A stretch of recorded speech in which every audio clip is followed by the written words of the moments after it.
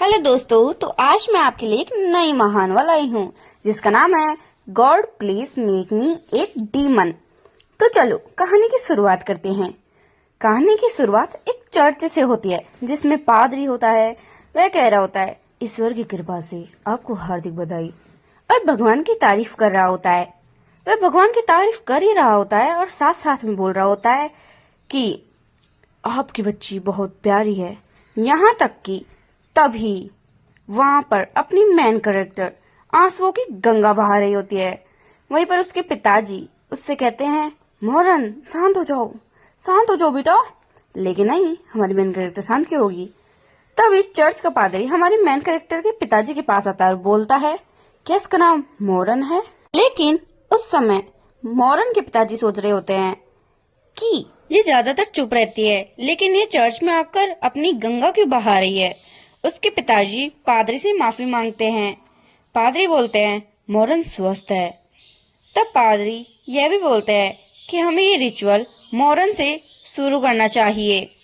पादरी अपनी main character को लिक्विड से नहला देते हैं और फिर वह रो रही होती है तो पादरी उसके ऊपर हाथ रखता है। अचानक एक घटना घटित होती है। अपनी मेन कैरेक्टर को विजन आने लगते हैं।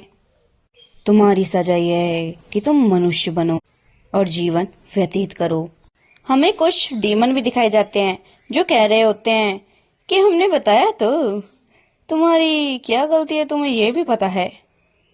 तभी वहां पर एक आवाज आती है कि यदि मानव 5,000 साल तक समय बिताता है, मतलब कि वो कह रहा होता है कि जो डीमन है वो 5,000 साल तक अगर मानव बन के मनुष्य जीवन में समय बिताता है तो वह अपने पापों को कम कर सकता है।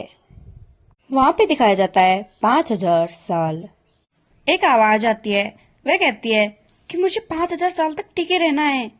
और मोरन के पिताजी कहते हैं कि पादरी, ये तो बहुत बड़ा जादू हो चुका है, ये शांत हो चुकी है। हमारी मेन कैरेक्टर मोरन कहती है, मैं कहाँ हूँ, ये किस बारे में बात कर रहे हैं।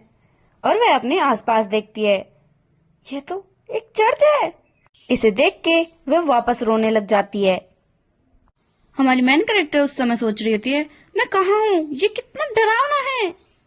वह अपने बारे में बताती है कि मैं एक जीवन हूँ, मेरे पापों के प्रायश्चित करने के लिए मुझे पृथ्वी लोक में भेजा गया है। मैंने अनगिनत जीवन जिए हैं और मुझे लगा कि मैंने धरती पर अपने आखिरी जीवन को जी लिया है। मैं कब अपने वास्तविक जीवन में लौट पाऊंगी? कब? मैं इंसान क्यों हूँ? क्यों? और रोने लग जाती है।